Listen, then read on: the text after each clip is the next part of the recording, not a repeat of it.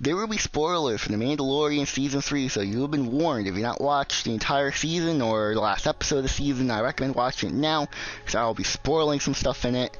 And with that being said, let's continue. So, Season 3 of The Mandalorian is a mixed bag for me, because, first off, the first 2 episodes had to do a lot of backtracking. Well, at least the first episode did, where they had to tell why did Din and Grogu get back together, because in the Book of Boba Fett, they did that, and if you're not going to watch that show, then it can be kind of confusing, especially down the road if you're not really into the online sphere. It's like, well, how do these two get back together? In the Season 2 finale, they split up, why are they back together?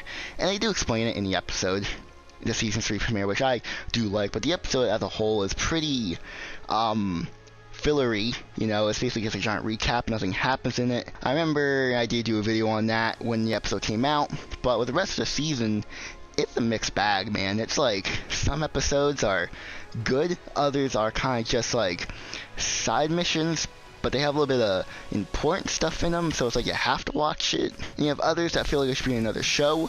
I'm talking about the 3rd episode, which was just Dr. Pershing on Coruscant, barely having Din in it. And I feel like that episode only exists because Rangers of the New Republic got canceled because of the whole actress situation. Not gonna say her name because not gonna start drama really, but that show got canceled, so I guess all that content got put onto Season 3, and you can tell the show is kind of unfocused at points, where there is no central story. And I feel like if there was a script rewrite for the entire season, for me personally, I would have rewritten the script to have the main goal, which the main goal is to go back to Mandalore for the Mandalorians, and that be the case.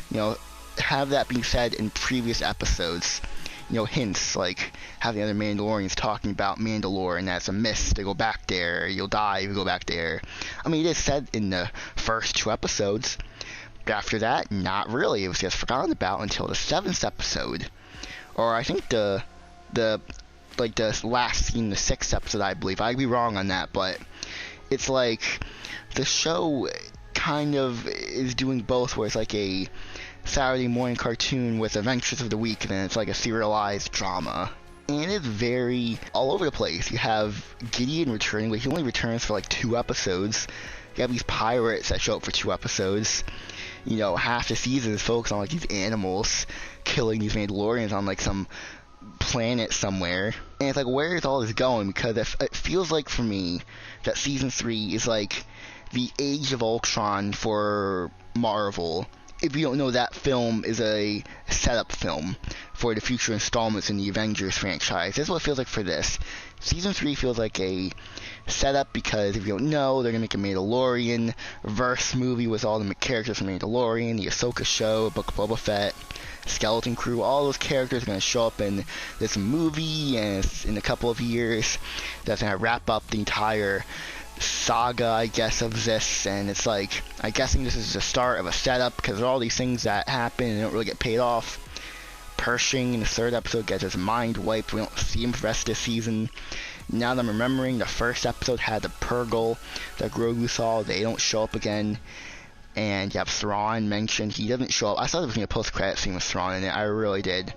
Either they had plans for that, or they just scrapped it to kind of hide him until the Ahsoka show, because I want to see Thrawn in the post-credit scene. I didn't want to see him in the show, just only in the post-credit scene. It was like a teaser for the Ahsoka show, because they did it for the Book of Boba Fett. I don't know why they're not giving the same treatment to Ahsoka. I don't know why. Thrawn is this main villain of the Mandoverse, and so why can't we see him in a post-credit scene to hint if he'll show up in like Season 4 or whatever, which he could be. I don't know, because spoiler alert, Gideon dies. He straight up dies. He gets burned. And it's like, okay, I guess he's dead. Which, that was kind of anticlimactic, but I'm like, you know what, whatever. It's fine. I don't think he's the main villain of the show. He's just a henchman. Which kind of shows the larger perspective of the Empire at this point in time. That will later turn into the First Order, most likely, or will lead into the First Order. Now, I should point out that this is the most Mandalorian-esque season ever. of the show. Now, when people think of The Mandalorian, they think of Din Djarin and Grogu together going on adventures, but I think moving forward, the show's going to focus more on the Mandalorian as a whole, like as a group, population. Because this season focused a lot on Bo-Katan, Paz Vizsla, the Armorer, Axe, one of Bo-Katan's, buddies from Season 2, the background character. He has actual voice lines, dialogue, a lot of scenes with him. And Din Djarin gets a sideline, which isn't good because he's the main character, but I'm like, it's fine. I think, like they're doing, like, it's a setup season. It's gonna be, I guess, a payoff down the road. People are gonna look back at that of season 3 and go, okay, I get where they're going.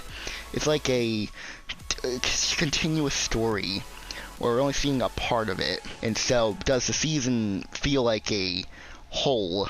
Well, I think as I'm talking about, not really, but I don't know how to feel about it. Like, I'm very neutral.